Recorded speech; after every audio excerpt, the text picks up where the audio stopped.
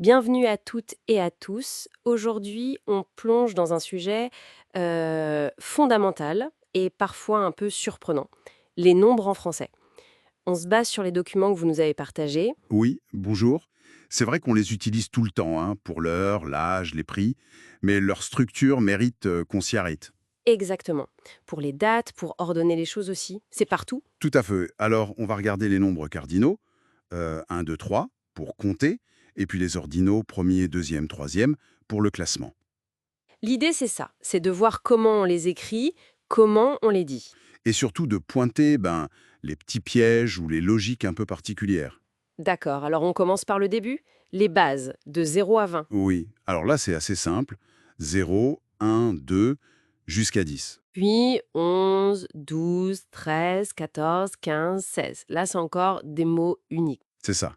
Et après 16, on a cette structure intéressante. 17, 18, 19. Ah oui, comme 10 plus 7, 10 plus 8. Exactement. 10 plus l'unité. Et on arrive à 20.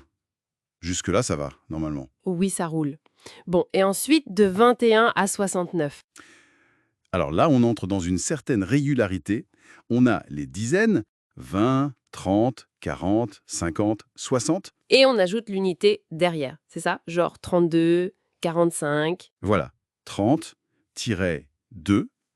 40-5. Plutôt logique. Mais il y a la petite exception avec le 1. Ah oui, très juste.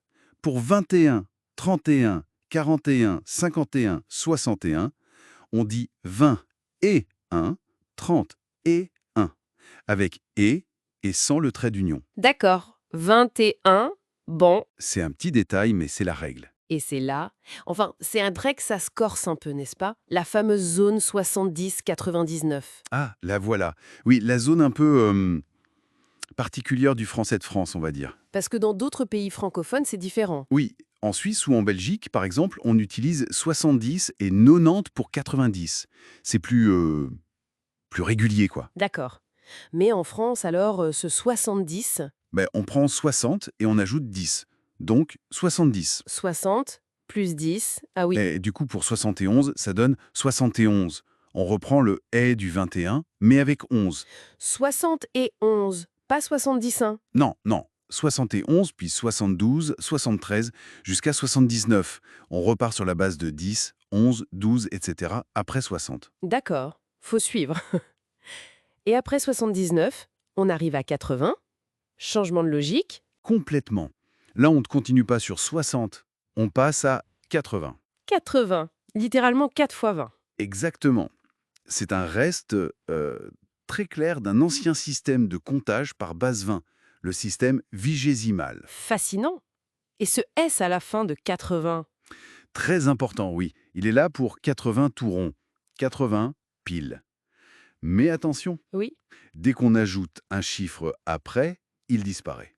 81, 82, sans S. Ah d'accord, 80 avec un S, mais 81 sans S, ok, c'est noté. C'est une petite subtilité. Et alors, pour 90, on mélange tout. J'imagine qu'on prend le 80. C'est ça. On prend la base 80 et on lui ajoute 10. 90. Logique. Dans cette logique. Voilà, 90. Et on continue sur le même modèle que pour 70, 91, 92. D'accord. Bon, c'est une gymnastique, hein, au début. Oui, c'est vrai. Mais une fois qu'on a compris ce système double, 60 plus 10 et 4 fois 20 plus 10, ça devient cohérent. Et à l'écrit, comment ça se passe avec les traits d'union dans tout ça?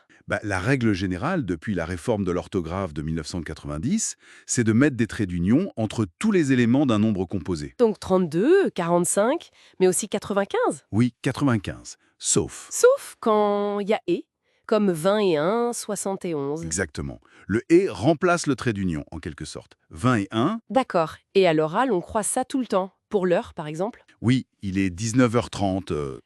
Pour les prix, ça coûte 75 euros. Les numéros de téléphone aussi, on les découpe souvent par dizaines ou par paires. Oui, 06 40 52 78 83, par exemple. Ou les dates, le 14 juillet, le 21 juin. Parlons un peu des grands nombres. 100, 1000, y a-t-il des pièges là aussi? C'est plus simple, heureusement. Pour 100, la règle, c'est qu'il prend un S quand il est multiplié et qu'il termine le nombre. Comme 200, 300. Oui, 200 euros. Mais attention, s'il y a quelque chose après, même un petit chiffre, le S disparaît. Ah, donc 201, 100, 100 S. Exactement. 201, 350.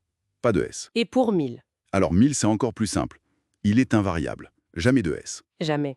Donc 2000, 10 000. Toujours. 2000, 10 000, 3000 personnes. Toujours sans S. C'est un adverbe numéral, en fait. Facile à retenir, ça. Et après, on a millions et milliards. Oui, et là, attention, ce sont des noms. Donc, ils prennent un S au pluriel. 2 millions, 3 milliards. D'accord, logique. Bon, il nous reste les ordinaux. Pour dire l'ordre, le classement. Oui, alors, le premier, c'est l'exception. On dit premier au masculin, première au féminin. Ok, pas unième. Non. Mais pour tous les autres, c'est la règle U. On prend le nombre cardinal et on ajoute le suffixe IM. Deuxième, troisième, quatrième. C'est ça. Deuxième, troisième, dixième, 21e. Ah, 21e, on retrouve le « et ». Oui, on le garde pour l'ordinal aussi. Il y a juste quelques petits ajustements orthographiques pour que ça sonne bien. Comme pour 5 et 9. Oui, 5 devient cinquième, avec un U après le Q, et 9 devient neuvième, le F devient un V. D'accord. Et on les utilise pour les étages d'un immeuble. Oui, j'habite au 3e étage. Pour les siècles, le 21e siècle. Pour les chapitres d'un livre, le 5e chapitre.